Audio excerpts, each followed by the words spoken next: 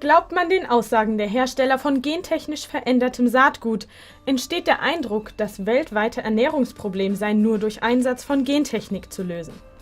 Leon Bignell, der Landwirtschaftsminister Südaustraliens, beweist, dass es auf ganz natürliche Weise geht.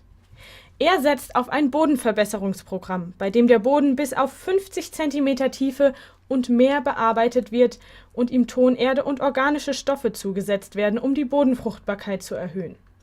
Gleichzeitig ist im ganzen Land der Einsatz von gentechnisch verändertem Saatgut und Pflanzenschutzmitteln verboten.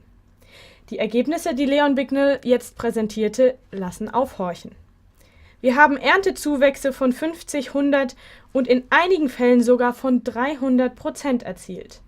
Laut Bignell sind diese Ergebnisse kein Zufallstreffer, sondern weisen den Weg zur Landwirtschaft der Zukunft. Einer Landwirtschaft, die durch Verbesserung und Erhaltung der Bodenfruchtbarkeit hohe Erträge und gesunde Lebensmittel erzeugt. Bravo, Südaustralien! Dass Erntezuwachs vor allem durch Gentechnik erzielt werden kann, ist demnach eine falsche Behauptung.